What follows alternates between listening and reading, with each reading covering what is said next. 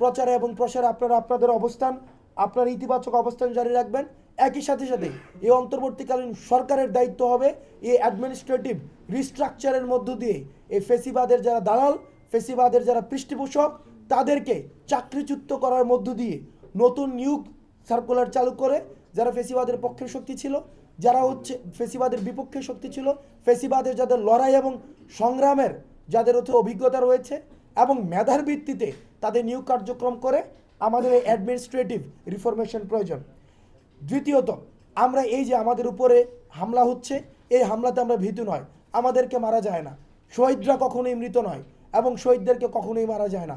আমরা কাফনের কাপড় পরে রাস্তায় নেমেছি। সুতরাং বিদেশি ষড়যন্ত্র এবং দেশীয় ষড়যন্ত্র আপনারা যদি মনে করে থাকেন, হাসনাত সার্জিস থেকে শুরু করে আমাদের এই আসিফ নাইক থেকে শুরু করে আমাদের সবাইকে আপনারা মেরে ফেলবেন, লক্ষ আসিফ রাস্তায় দাঁড়াবে, লক্ষ সার্জিস রাস্তায় দাঁড়াবে।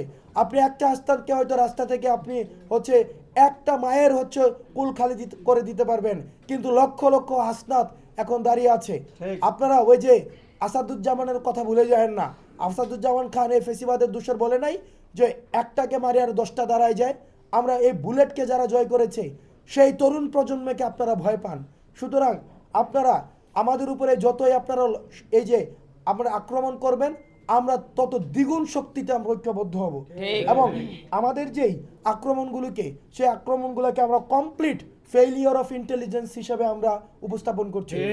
আমরা দেখেছি অতীতে বিএনপি, জামাত শিবির, আমাদের ছাত্রদল বিভিন্ন প্রোগ্রাম দিলে তারা যদি সাইন ল্যাঙ্গুয়েজ ব্যবহার করে প্রোগ্রাম দিত, 2 কিলোমিটার দূর থেকেও যদি কোনো প্রোগ্রাম দিত তাদেরকে ধরে নিয়ে যাওয়া হতো, তাদের বাসায় কোনো শান্তিতে তাদেরকে থাকতে দেওয়া হতো না।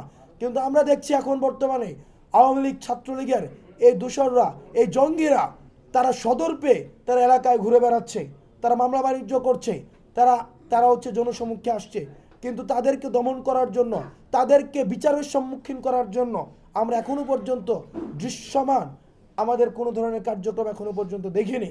যদি প্রশাসন এবং ইন্টেলিজেন্সের উইং তারা মনে করে থাকে তাদের এই নির্লিপ্ত ভূমিকাকে আমরা স্বাভাবিকভাবে মেনে নেব, তারা এই বিপ্লবী শক্তিকে তারা যদি মনে করে থাকে তারা হচ্ছে এই বিপ্লবী শক্তি স্তিমিত হয়ে গিয়েছেন, তাহলে তারা ভুল ভাবছেন।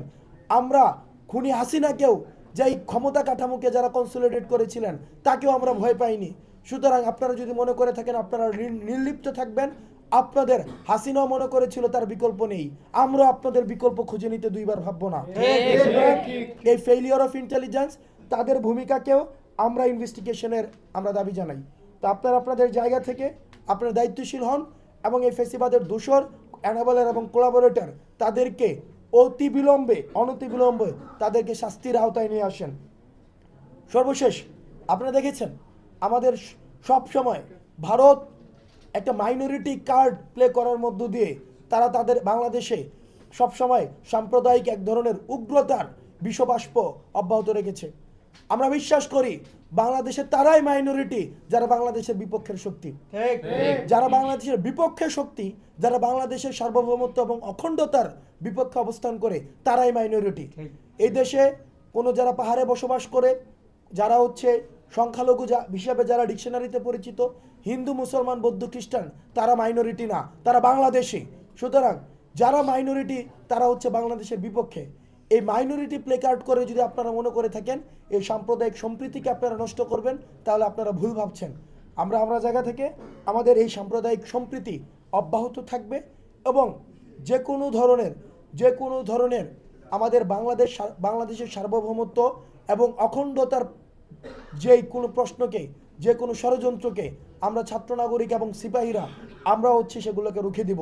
কারণ আমরা বিশ্বাস করি আমাদের পথে হয় মাতৃভূমি রয়েছে, না হয় আমাদের মৃত্যুকে বরণ করে নিব।